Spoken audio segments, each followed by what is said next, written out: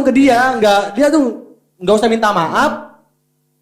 Ya ibarat gimana sih? Susah dibilangin ya. Gimana? Karena gue juga sakit hati. Gue nggak bisa maafin kayak gitu. Ya. Misalkan gue bilang, udah minta maaf aja lah, nggak apa-apa. Pasti ada beberapa orang yang bahkan banyak ya, bukan beberapa orang lagi, tapi banyak mengecam. Ngapain sih dimaafin?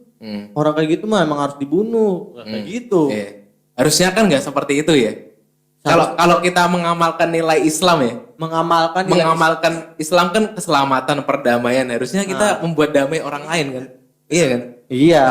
Tapi kan ya ada. Misalkan gua di kontranya nih, Apaan sih dia tuh maafin. Ini yang ibaratnya garis keras lah, garis keras. Itu tuh harus dibunuh, ya betul kata pemuda yang kata ngebacok gurunya. Ya udah betul, penggal ya penggal. Udah selesai kan? Terus dia dibalas sama polisi, selesai kan? Selesai udah kan? Nggak ada konflik lagi. Jangan bunuh-bunuhan lagi kan yang penting. Udah. Dia ngatain, terus dibunuh kembali, udah selesai. Jangan sampai ada yang bunuh polisi, yang bunuh si orang Islam ini yang ngebacok si penista ini. Ibaratnya kalau dalam Islam kan, dalam Al-Quran juga ada kan hukum kisos ibaratnya. Membunuh ya harus dibayar dengan dibunuh. Tangan kepotong dipotong ya harus dipotong juga tangannya. Ya kan kayak gitu. Tapi ada yang menarik sih, yang menjadi pertanyaan juga gitu ya. Gimana kan? Oh gitu. Oke, lanjut. Deketin. Enggak. Aman ya? Aman. Deketin. Enggak denger suara lu. Oke. Tadi dikatakan bahwa Islam itu sedang mengalami krisis di seluruh dunia gitu. Apa yang mereka beranggapan bisa berkata seperti itu gitu. Yaitu memang sebagian besar kita pun merasakan, maksudnya dalam arti kita pun terpecah belah dalam menyikapi sesuatu yang memang seharusnya tidak perlu gitu kan. Iya. Nah itu cara kita untuk menanggapinya, cara kita untuk menyikapinya itu seperti apa ya? Karena ini juga perkataan-perkataan seperti ini jika orang yang awam seperti saya gitu kan, pasti lebih gampang untuk percaya gitu. Nah caranya seperti apa gitu? Pertama sih kita ngambil pelajaran yang dari yang lalu itu ya, yang kan dulu juga pernah ada penghinaan Islam, malah sampai membunuh orang-orang Islam yang ada di masjid, yang ya innalillahi wa inna ilaihi raji'un, bagi semoga orang-orang yang dibunuh itu mereka semua syahid insyaallah. Amin ya Allah. Karena yang di mana, yang di New Zealand ya? Di New Zealand. Itu kan pertama sikap ulama kita langsung ya udah tenang aja dulu. Tenang dulu, redamin emosi dulu, baru berpikir secara jernih bagaimana kita menyikapi itu. Karena konstitusi negara kita berbeda-beda tiap negara. Akhirnya yang ngurusin itu ya udah cukup negara New Zealand aja yang ngurusin itu. Dan akhirnya ditangkap kan sama New Zealand. Nggak tahu ditahan atau digimanain, apa dideportasi gitu. Ya udah, mungkin cara kita menyikapinya kayak gitu juga sih. Pas kita ada hinaan, ya udah kita tenangin dulu, jangan terlarut-larut dalam emosi. Terus baru, kita pikir tuh gimana cara nyelesain ini. Mungkin kembali lagi kepada konstitusi yang berlaku di negara itu. Ya itu. Karena kan ribetnya gitu kan. Masalahnya negara kita masih ibaratnya kita ya nggak tahu lah, wallahu alam bakal terjadi apa, ada negara Islam lagi atau gimana, nggak tahu kan. Maaf, maksudnya negara Islam itu seperti apa gitu? Karena gue masih nggak tahu apa nih. Negara Islam itu kayak dinasti Utsmaniyah gitu. Oh mungkin yang seperti ini. Terakhir kerajaan Islam itu Turki Utsmani. Iya, kayak gitu lah. Dimana hukum Islam berlaku gitu ya? Berlaku. Oh, gitu, nah, kan kita ulama kita juga terpisah-pisah tiap negara. Kesimpulannya pun beda-beda. Walaupun kita sama agama Islamnya, cuman mereka menyikapinya berbeda-beda. Akhirnya ya udah setiap negara ngambil keputusan masing-masing. Padahal pada waktu saat Turki Utsmani itu juga ada kejadian. Nah, kejadian itu ya ada apa sih di Prancis, malah di Prancis juga presiden Prancis Itu Dan fakta uniknya tahu nggak, Mat? apa tuh? Ternyata orang Perancis itu, ini fakta ya. Orang Perancis itu udah didoktrin dari dulunya untuk membenci orang-orang Islam gara-gara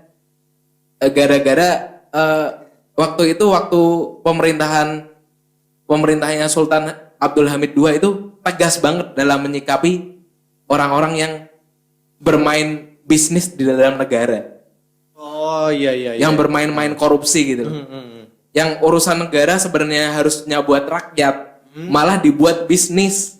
Nah, karena ketegasan itu akhirnya menimbulkan kebencian dari orang Perancis. Terus Yang daerah-daerah situ terpimpin. terus beberapa orang-orang Yahudi yang emang menentang Sultan Abdul Hamid sebelum terbentuknya negara Israel. Inggris pun menurut gue Inggris juga termasuk. Inggris termasuk. Tapi Inggris pinternya dia pinter-pinter ngebersihin diri sendiri. Oh iya. Nah, akhirnya peranan kebencian itu udah ditanamkan kan ke Perancis, ke negara-negara Eropa sebagian. Nah, akhirnya Inggris lepas tangan. Mereka pura-pura tidak pernah ngurusin kayak gitu, ngurusin kebencian dia terhadap Islam. Cuman dia cuci tangan aja biar kelihatannya suci gitu loh Inggris tuh. Nggak ikut-ikut urusan itu. Begitu. Yang ada di sejarah begitu. Sejarahnya menurut siapa juga menurut pandangan orang sejarah umum ya, bukan sejarah Islam sendiri. Sejarah umum. Ya mau gimana lagi? Kalau kita masih kayak gini-gini aja mah. Ya menurut gue sih perkataan Presiden Prancis tuh ada benernya sih. Iya. Kita apa sih coba gue mau lihat. Di sini kan Islam adalah agama yang sedang mengalami krisis Di dunia. di seluruh dunia saat ini. Nah, sekarang gue tanya ke lu berdua lah, Khairul sama Baim. Sekarang ada gak sih suatu negara itu termasuk Islam ya, melindungi atau membantu ya, pada saat umat Islam itu itu kayak di Myanmar itu loh, didiskriminasi. Paling kan ya untuk negara-negara yang mayoritas Islam pun cuman bilang mengecam. Iya. Tindakannya apa? Menurut gue itu sih. Dan gue bertanya ke lu dan tanggapan lu gimana itu? Ya karena gue juga palingan mengecam doang udah selesai. Mengecam selesai udah gitu ya. Seperti kasus Israel dan Palestina yang sudah berpuluh-puluh tahun tapi hanya pengencaman dan bantuan seperti logistik. Ya salah satunya yang kita bisa bantu ya itu lagi.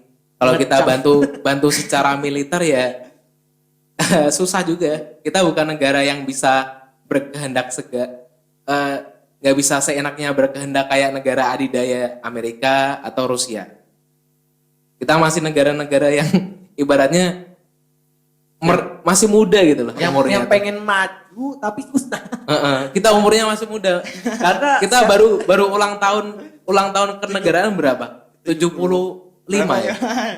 76 ya? Segituan. 75. Padahal Itu- ada lebaran baru. Oh, iya, Itu masih muda banget loh.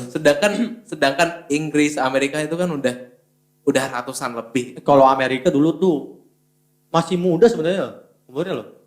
Ya relatif muda sih. Iya. Masih 200-an atau 500-an gitu ya. Beda sama Inggris sudah 1000-an. Emang dulu mah kerajaan Inggris kan. Ya itu sih menurut gua. Ya, palingan orang-orang presiden ya cuman bilang mengecam doang. Iya. Pada akhirnya ya udah gitu doang lah. Padahal yang kita inginkan apa? Lebih gitu, Lebih dari ancaman gitu ya. lebih ibaratnya tuh kalau kita rakyat biasa biar tuh ibaratnya Kapok. biar kapok tuh gimana udah turunin militernya udah turunin.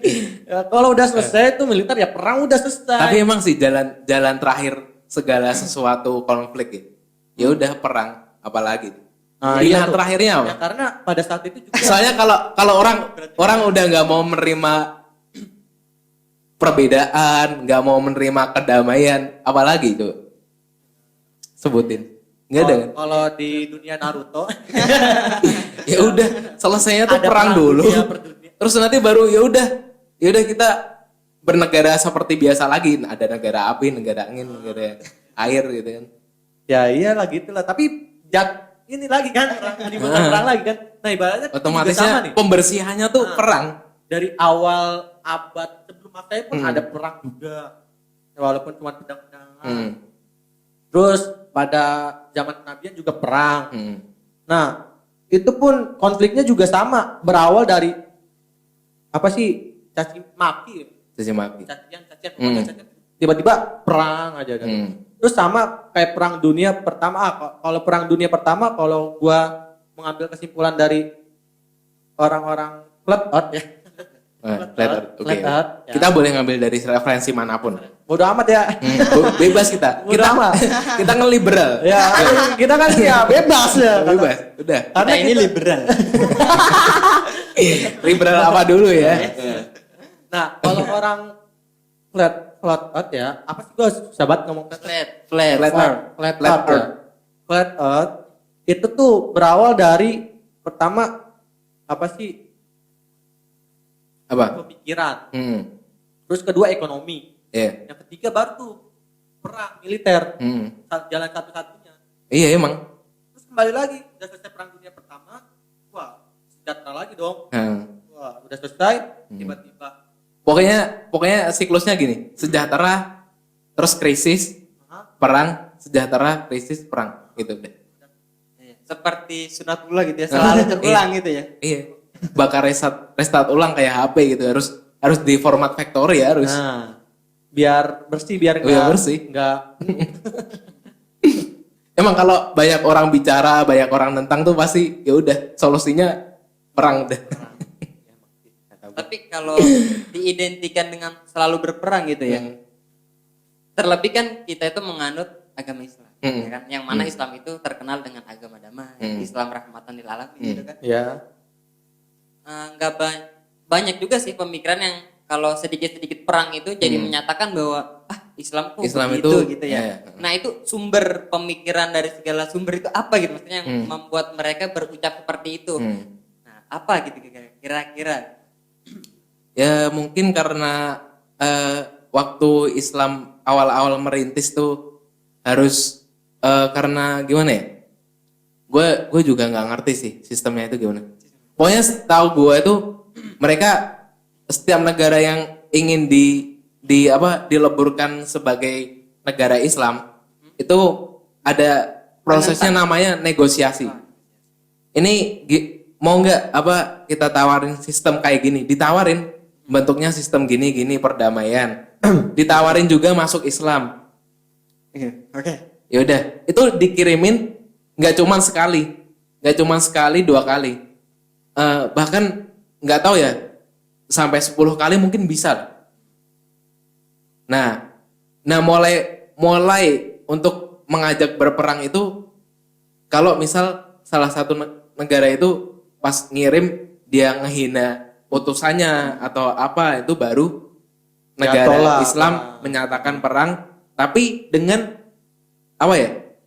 dengan konsekuensi gini, nyediain tempat perang, terus nyediain tentara juga, nggak semua rakyatnya dilibatkan. Karena waktu itu udah terbentuk negara Islam gitu caranya.